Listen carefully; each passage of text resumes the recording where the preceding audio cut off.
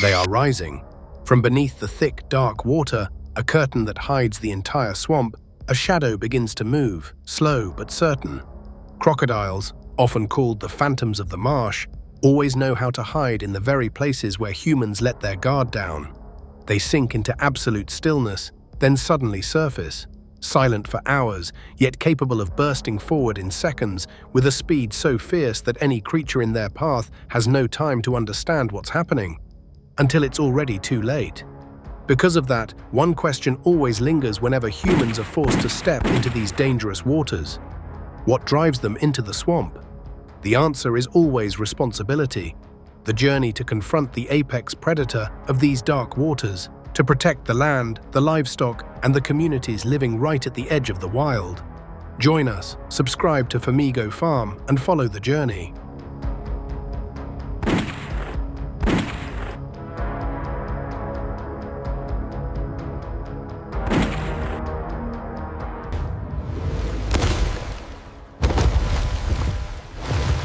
And then, beneath all that stillness, the first moment of confrontation begins to reveal itself.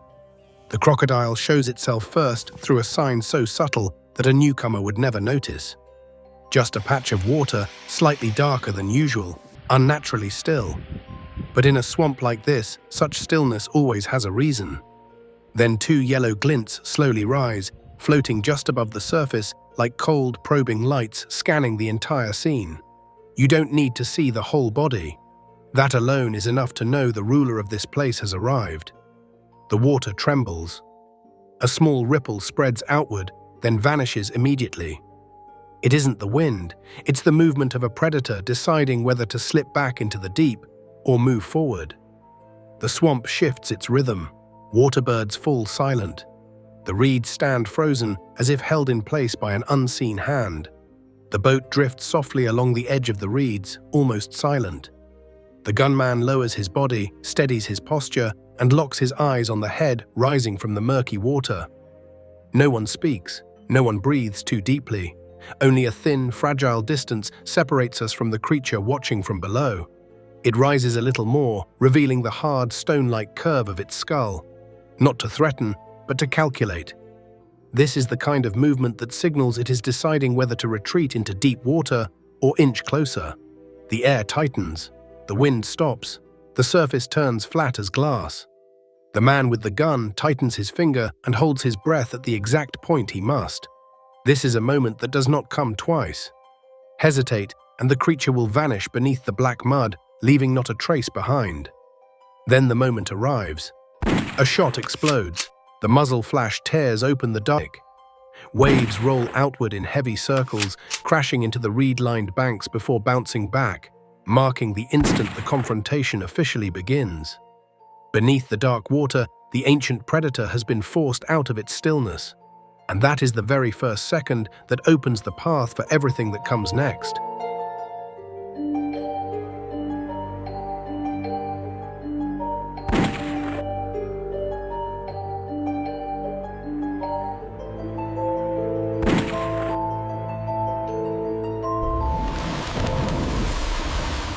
But that moment is only the surface.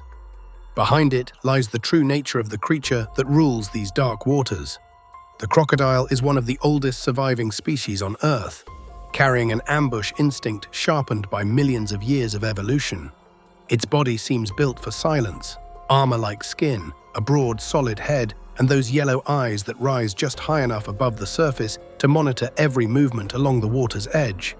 It can remain motionless for hours in the cold mud, then explode with a burst of power so sudden that its target has no time to react. A single whip of its tail can knock down animals weighing hundreds of pounds, and a surprise lunge from the water can turn any creature stopping for a drink into prey in the span of a single breath. From antelopes on open plains, dogs, calves, to livestock near farming areas, all can fall victim to its silent ambush. And because of this unpredictable strength, the damage crocodiles cause extends far beyond the water's surface. They dig burrows along pond edges, cause bank erosion, destroy canal walls, and weaken irrigation systems. In many communities bordering swamps, every heavy rainy season brings the risk of crocodiles moving deeper into human living areas. Disappearing livestock, animals dragged underwater, and dangerous encounters occur year after year, all beginning from the eerie silence of this ancient predator. And when a creature can affect the land, the water, the animals, and the safety of an entire community, its presence is not something that can be ignored. That is why control becomes necessary, not to violate nature, but to preserve the boundary between humanity and the wild.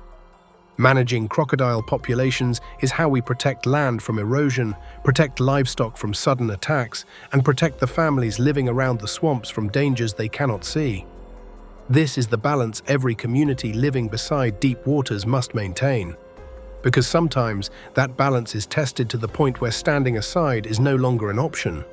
When nature grows too powerful to ignore, humans must choose to face it, with knowledge, responsibility, and respect for the ruler of the swamp.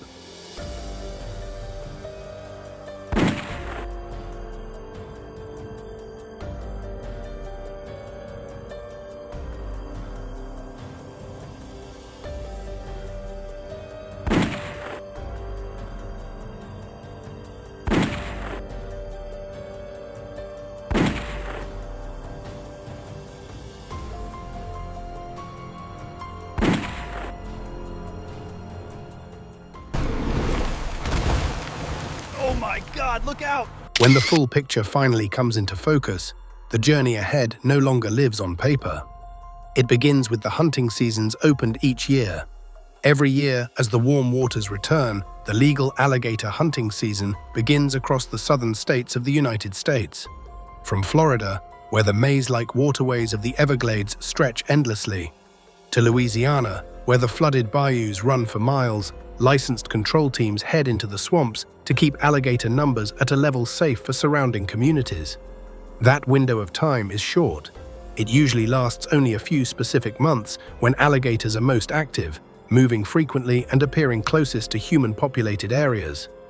This is the point where the balance between humans and nature becomes more fragile than ever. Before the sun has even risen, small teams set out. In the Everglades, mist blankets the water, turning the swamp into a fogged mirror where every sound feels distant. We silently guide the boat into narrow channels where reeds tower overhead and alligators may lurk beneath water barely half a meter deep. Meanwhile, in the Louisiana swamps, morning arrives with the scent of mud, decaying leaves, and heavy, humid air.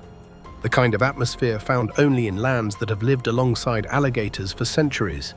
Airboats growl softly as they glide across the dark water, leaving long ripples trailing behind like faint footprints of the journey ahead. The hunting season is not merely a period when firing a gun is permitted. It is a time of responsibility. Each license comes with strict limits: which zones can be entered, what hours can be worked, and how many alligators may be taken in a season. These limits are not restrictions. They are safety boundaries, ensuring humans do not cross the line between guardianship and exploitation. Stepping into deep water means stepping into the place where two worlds meet. Here, even a faint splash of a tail carries a warning. A small shadow on the surface may signal an ancient creature drawing near. And though each state has its own unique hunting grounds, from Florida's endless narrow cuts to Louisiana's winding, silt-filled canals, one truth never changes. This is land where human breath mixes with the breath of the swamp, a place where the shadow of an alligator may appear from any corner of the water. Here, the hunting season is not just a season of activity. It is the moment that reminds us how thin the line is between safety and wilderness, a line so delicate that a single ripple on the water is enough to make a heart tighten.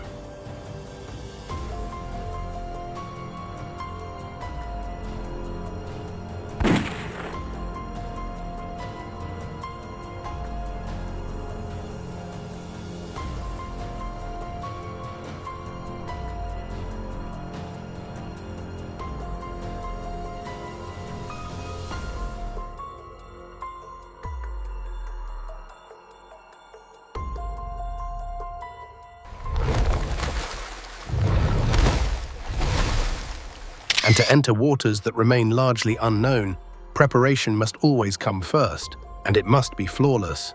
Preparing for a new swamp demands an even higher degree of caution.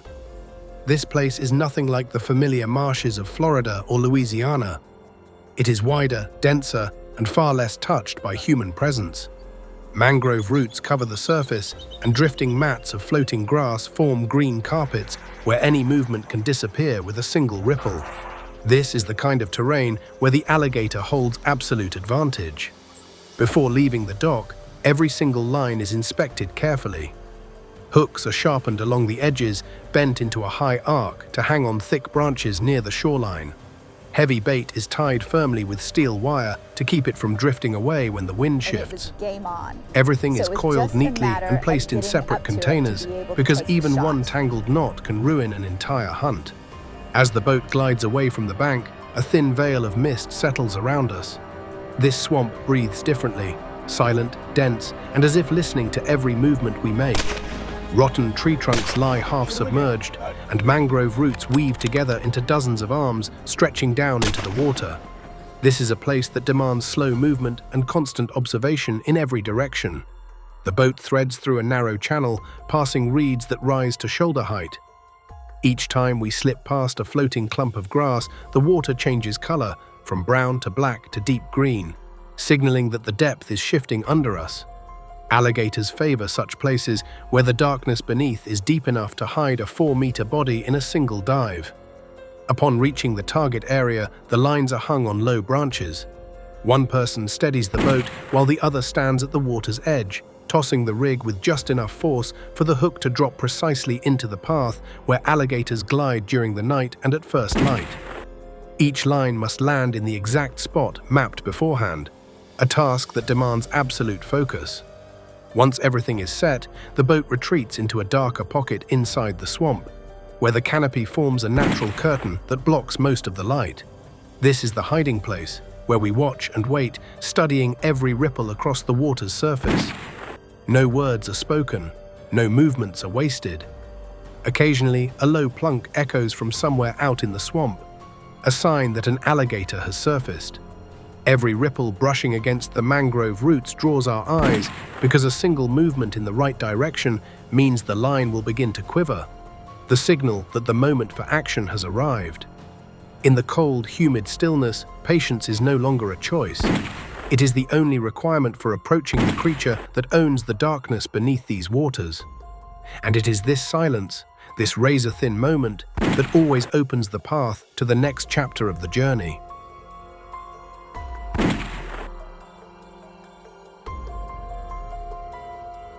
But every layer of preparation becomes meaningless without equipment stable enough to keep you safe in the swamp.